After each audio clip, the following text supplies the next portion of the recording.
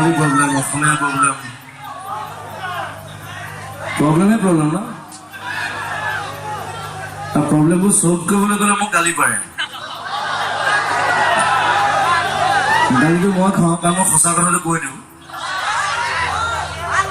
কাৰণ পলিটিচিয়ান বিলাকে মিছা কথা কয়তো। মই মিছা কথা নকওঁ, মই সঁচা কথা কওঁ কথা। আৰু আকৌ কৈছো, চিটিজেনশ্বিপ এমেণ্ডমেণ্ট বিলৰ লৈ আমি লাগি আছো। আমি সেইটোক লৈ মোক ফালি চাগিছো মানে, কাৰণ মই সঁচা কথা কৈছো। এইটো কোনো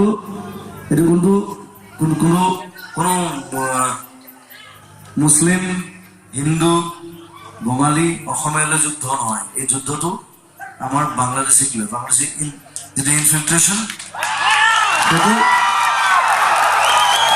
বন্ধ কৰিব লাগে। এইটো 40 বছৰ হ'ল, আমি বন্ধ কৰিব পৰা নাই। এতিয়া চবে লাগিছে, চবে প্ৰতিবাদ কৰিছে, সেইটো ভাল কথা। আৰু বিশেষকৈ মই নতুন প্ৰজন্মক, মোৰ ল'ৰা ছোৱালীখিনি, মোৰ পিছৰ ল'ৰা ছোৱালীখিনি মই সবাই কম, সদায় একেলগে থাকিবা। And be firm in this issue. ইছ্যুটো মেইন কথা।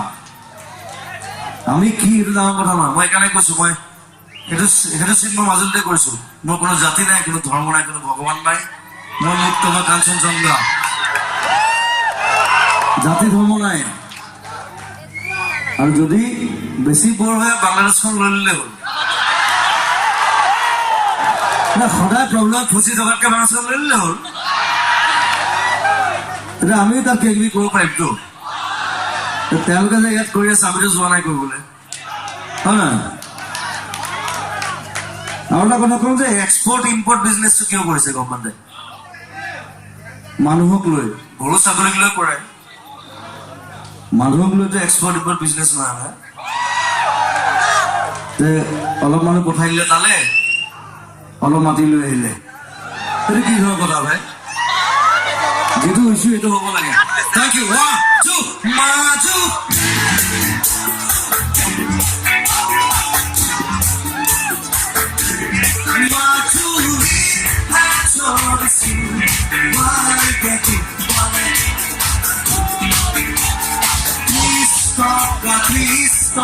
Please stop Africa.